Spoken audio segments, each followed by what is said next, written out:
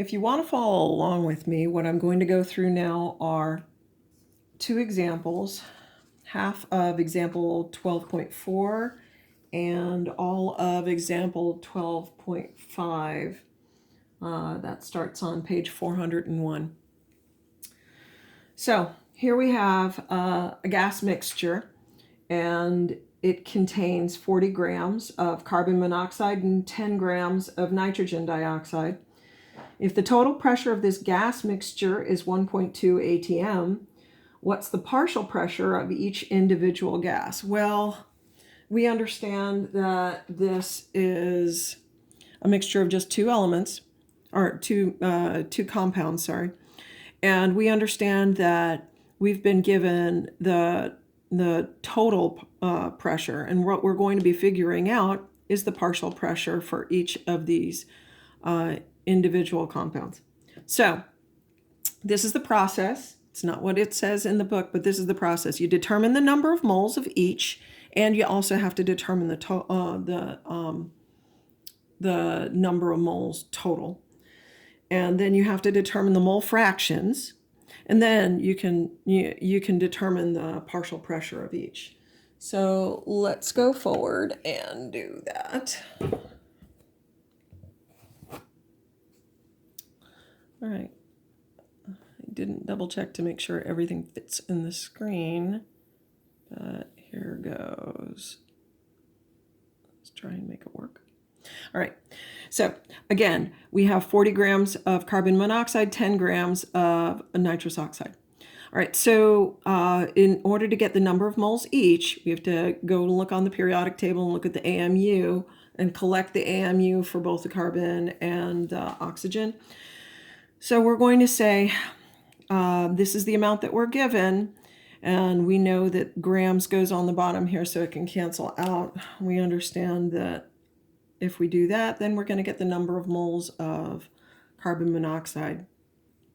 Then we have to do it for NO2 as well, and collect 2 oxygens and 1 nitrogen in order to come up with this. We understand that we're going to cross out grams. We'll be left with moles, and it'll be 0.217 moles of NO2. All right, then what we do is we take we take both 1.43, add 0.217 to it, and we get a total number of moles.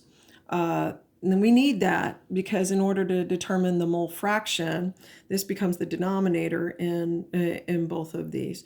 So we take the number of moles of carbon monoxide, put it over the number of total moles, and then we end up with 0.867. That's the mole fraction, identified by X usually, but and then we do the exact same thing, denominator for NO2 over the total, we get 0.132. Now, the reason why we had to figure out what that total pressure was at I don't know if you can see it, 1.2 atm, that we were given that. And what we do is we take each of these mole fractions, and then we just multiply it by the pressure in order to get the partial pressure for carbon monoxide.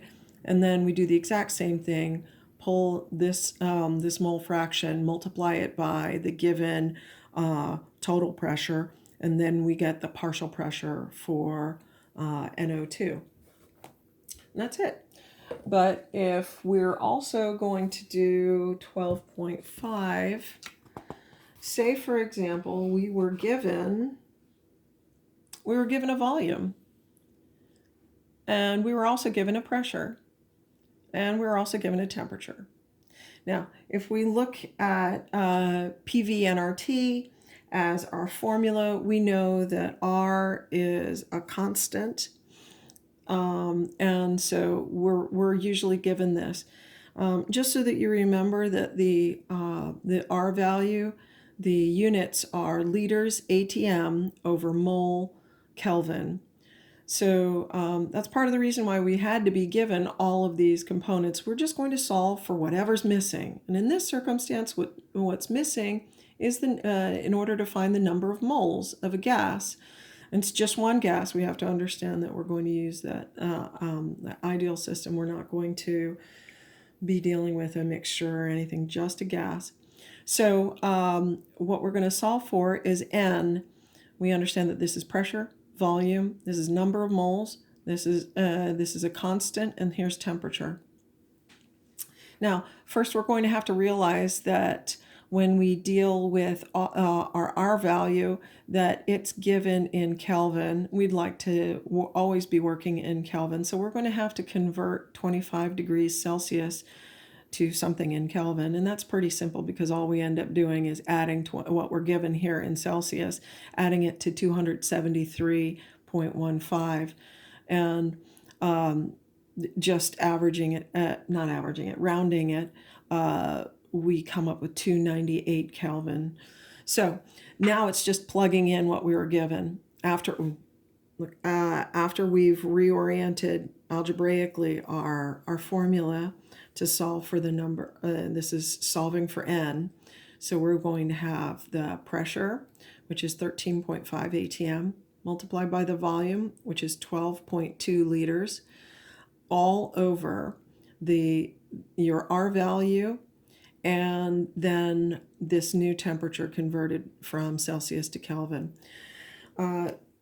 Numerically, we'll just pump these numbers through. This is assume that it's multiplied by, and we get 6.73. But we do have to figure out, we know that it's numbers of moles, right? We understand that that's what N stands for in the first place. But it's kind of important for us to be able to cross out our understand that we're crossing out our units and left with moles as a unit.